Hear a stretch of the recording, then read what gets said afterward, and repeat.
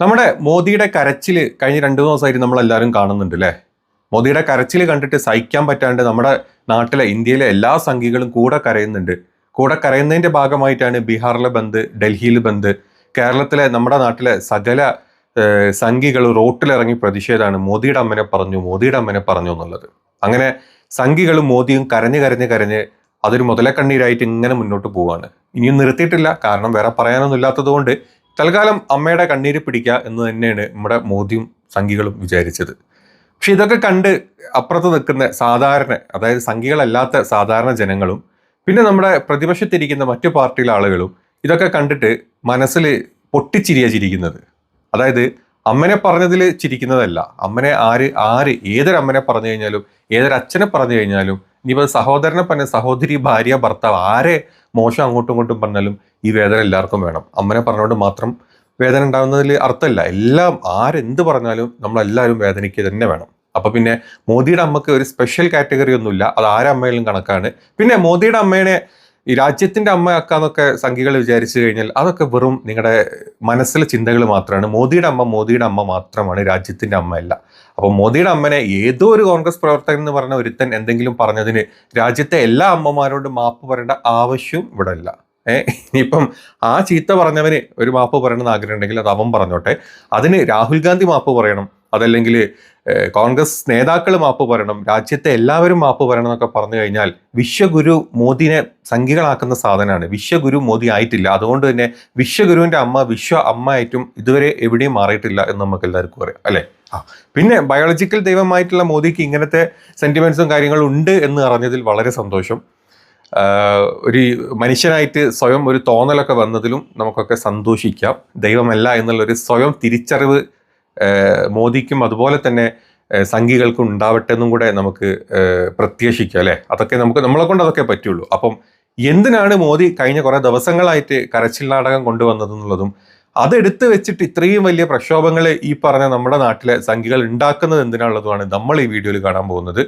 നമുക്ക് ഫസ്റ്റ് എടുക്കാം. മോദി പേടിച്ച് കരഞ്ഞത് രാഹുൽ ഗാന്ധിയുടെ ഹൈഡ്രജൻ ബോംബിനെ പറ്റി ആലോചിച്ചിട്ടാണ് എൻ്റെ ഒരു നിഗമനം. തീർച്ചയായിട്ടും അതായിരിക്കാനേ ചാൻസ് ഉള്ളൂ. കാരണം രാഹുൽ ഒരു ആറ്റം ബോംബ് പൊട്ടിച്ചു, കരയെ പോയിട്ട് മോദി അല്ലെങ്കിൽ മോദി സർക്കാർ, മോദിയുടെ കൂട്ടത്തിലുള്ള ഒരാൾ പോലും മുന്നോട്ട് വന്ന് മുഖം കാണിക്കാൻ വന്നില്ല. പറഞ്ഞു വിട്ട അനുരാഗ് താക്കൂർ ആയിരുന്നു.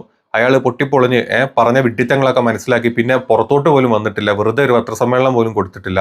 പിന്നെ വന്നത് മോദിക്ക് വേണ്ടിയിട്ട് ആറ്റം ബോംബ് പൊട്ടിയ ആറ്റം ബോംബിന് എന്താ പറയാ കാഠിന്യം അറിയിക്കാൻ നമ്മുടെ മുമ്പോട്ട് വന്നത് ഇലക്ഷൻ കമ്മീഷൻ ആയിരുന്നു. പറഞ്ഞ അതിനേക്കാൾ വലിയ വിഡ്ഢിത്തങ്ങളും വിവരക്കേടും വിളിച്ചു പറഞ്ഞ ഇലക്ഷൻ കമ്മീഷനും അതുപോലെ തന്നെ വാലും ചുരുട്ട് ഓടുന്നത് നമ്മൾ കണ്ടു. പിന്നെ ഒരാളും ഇതുവരെ വാ തുറന്നിട്ടില്ല. അപ്പം അതിന്റെ ഇടക്കാണ് രാഹുൽ അടുത്ത ഹൈഡ്രജൻ ബോംബിന്റെ കാര്യം പറഞ്ഞത്. ഇനി കരഞ്ഞേ പറ്റൂ, സങ്കടത്തിൽ അത് അമ്മയുടെ പേരെടുത്തിട്ട് കരയാന്ന് തന്നെ വിചാരിച്ചിട്ടാണ് ഈ പറഞ്ഞ സംഘികളും മോദിയും ഇതിന്റെ പിന്നാലെ കൂടിയത്. കാണുമ്പോൾ ചിരി വരുന്നു, പൊട്ടിച്ചിരി വരുന്നു എന്നൊക്കെ എനിക്കങ്ങനെ തോന്നി. എനിക്ക് പൊട്ടിച്ചിരിയാണ് വന്നത് കണ്ടപ്പോൾ. അപ്പം ഈ രാഹുൽ വെക്കാൻ പോകുന്ന ആറ്റം ബോംബ് മോദിക്ക് ഹൈഡ്രജൻ ബോംബ് അത് മോദിക്കിട്ടുള്ള പണിയാണെന്നുള്ള എല്ലാവർക്കും അറിയാം. BJPക്ക് മാത്രമല്ല, അത് മോദിക്കിട്ടുള്ള പണിയാണ്, അത് വാരാണസിയിലുള്ള പണിയാണ് എന്നുള്ള ഒരു കംപ്ലീറ്റ് ഐഡിയ പുറത്തോട്ട് വന്നിട്ടുണ്ട്. പല ആളുകളും അത് പുറത്തോട്ട് പറഞ്ഞിട്ടുണ്ട്. കാരണം വാരണാസിയിൽ 3 പ്രാവശ്യമായിട്ട് 3 ടൈമിലായിട്ടാണ് മോദിജി വിജയിച്ചുകൊണ്ടേയിരിക്കുന്നത്. 2014 ഏകദേശം 3.5 ലക്ഷം വോട്ടിന്റെ ഭൂരിപക്ഷത്തിൽ ഏകദേശം 55-56% വോട്ട് കിട്ടിയിട്ടാണ് മോദിജി അവിടുന്ന് ജയിച്ചു വന്നത്. 2019 ആയപ്പം അത് 63% വോട്ടിലോട്ട് മാറി 4,70,000 വോട്ടിന്റെ ഭൂരിപക്ഷത്തിൽ ജയിച്ചു വന്ന മോദി ഈ കഴിഞ്ഞ 2024 ഇലക്ഷൻ വന്നപ്പം ആ സമയം കൊണ്ട് മോദി അങ്ങ് വിശ്വഗുരു ആയിട്ടുണ്ടല്ലോ. അങ്ങനെയുള്ള നമ്മുടെ സംഘികൾ പറഞ്ഞു, ആ വിശ്വഗുരു ആയിട്ടും 2024 വോട്ടിംഗ് കഴിഞ്ഞ് പോളിംഗ് കഴിഞ്ഞ് റിസൾട്ട് വന്നപ്പം വെറും 1.5 ലക്ഷത്തിലോട്ട് വോട്ട് ചുരുങ്ങുകയും ഭൂരിപക്ഷം ചുരുങ്ങുകയും ചെയ്തു. 63% ഉണ്ടായിരുന്ന വോട്ടിംഗ് 53%, 10% വീണ്ടും താഴോട്ട് കുറയുന്നതായിട്ടും നമ്മൾ കണ്ടു. ഇതിൽ പലതരത്തിലുള്ള ദുരൂഹത അന്ന് തന്നെ പല ആളുകളും പുറത്തോട്ട് കൊണ്ടുവന്നിരുന്നു. കാരണം അവിടെ വോട്ടെണ്ണി തുടങ്ങിയ സമയം മുതൽ മോദി പിന്നിലായിരുന്നു. മോദിയേക്കാൾ ഒരുപാട് മുമ്പിലായിരുന്നു അവിടുത്തെ ഇന്ത്യ മുന്നണിയുടെ സ്ഥാനാർത്ഥി മുന്നോട്ട് കുതിച്ചുകൊണ്ടിരുന്നത്. പെട്ടെന്നൊരു സമയം വോട്ടിംഗ് അല്ലെങ്കിൽ അവിടുത്തെ വോട്ടെണ്ണൽ നിർത്തിവെച്ചോന്ന് വരെ തോന്നിപ്പോയി. കാരണം ഒരു അപ്ഡേറ്റും പുറത്തോട്ട് വരാണ്ടായി. കുറച്ച് മണിക്കൂറുകളിലേക്ക് വാരണാസിയിലെ ഒരു തരത്തിലുള്ള ഇതും കേൾക്കുന്നില്ല. ലാസ്റ്റ് കിട്ടിയിട്ടുള്ള അപ്ഡേറ്റ് എന്ന് പറഞ്ഞു കഴിഞ്ഞാൽ മോദി ഒരുപാട് പിന്നിലായിട്ടായിരുന്നു. പെട്ടെന്ന് കുറച്ച് മണിക്കൂറുകൾക്ക് ശേഷം മോദി ബഹുദൂരം മുമ്പിലോട്ടായിട്ടുള്ള ഒരു ഇലക്ഷൻ റിപ്പോർട്ടാണ് നമ്മൾ പുറത്തോട്ട് കണ്ടത്.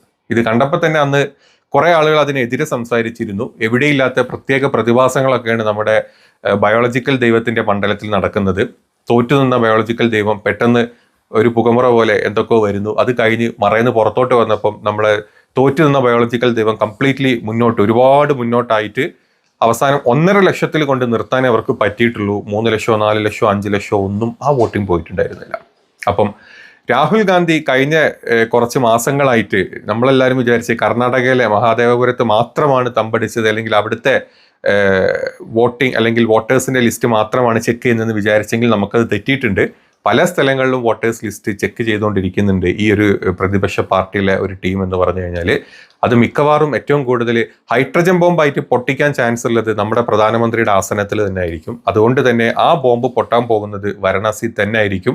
വാരണാസിയിൽ അന്ന് നടന്നിട്ടുള്ള ഈ വോട്ടിന്റെ ഇത്രയും കുറവ് വോട്ടും തോറ്റു നിന്നോടുത്തുന്ന 1.5 ലക്ഷം വോട്ടിന്റെ ഭൂരിപക്ഷത്തിലോട്ട് ജയിച്ച് വന്ന കണക്കും ഒക്കെ നോക്കുകയാണെങ്കിൽ ആ ബോംബ് മോദിക്കുള്ള ബോംബ് തന്നെ ആയിരിക്കും. അതുകൊണ്ട് തന്നെയാണ് ഈ ഒരു കരച്ചിൽ നാടകം പുറത്തോട്ട് വന്നതും കരച്ചിൽ നാടകത്തിന്റെ കൂടെ കരയാൻ വേണ്ടി നമ്മുടെ സംഘികളായിട്ടുള്ള എല്ലാവരും മുതലക്കണ്ണീരുമായിട്ട് പുറത്തോട്ട് വന്നതും എന്നാണ് എനിക്ക് തോന്നുന്നത്.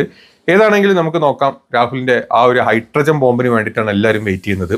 അതുകൂടെ പൊട്ടിക്കഴിഞ്ഞാൽ ഇപ്പൊ തന്നെ ഏകദേശം മൊത്തം പൊട്ടിപ്പൊളിഞ്ഞ് കളസം പുറത്തോട്ട് ചാടിയിട്ടുണ്ട് നമ്മുടെ സംഘികളുടെയും BJPയുടെയും. ഇനി ഒരു ഹൈഡ്രജൻ ബോംബും കൂടി താങ്ങാനുള്ള ഒരു കെൽപ്പ് BJPക്കോ അല്ലെങ്കിൽ BJPയുടെ B ടീമായിട്ടുള്ള ഇലക്ഷൻ കമ്മീഷനോ അല്ലെങ്കിൽ മറ്റ് ഒരു ഭാരതത്തിലെ മറ്റ് EDക്കോ NIAക്കോ ഒന്നും ഇല്ലാന്ന് നമുക്ക് എല്ലാവർക്കും അറിയാം. അപ്പം ഹൈഡ്രജൻ ബോംബ് പൊട്ടട്ടെ, കളസം കയറേണ്ടമാരുടെ ഒക്കെ കളസവും അതല്ല ജഡ്ഡി വരെ കയറട്ടെ എന്ന് നമുക്ക് കാത്തിരുന്നിട്ട് കാണാം.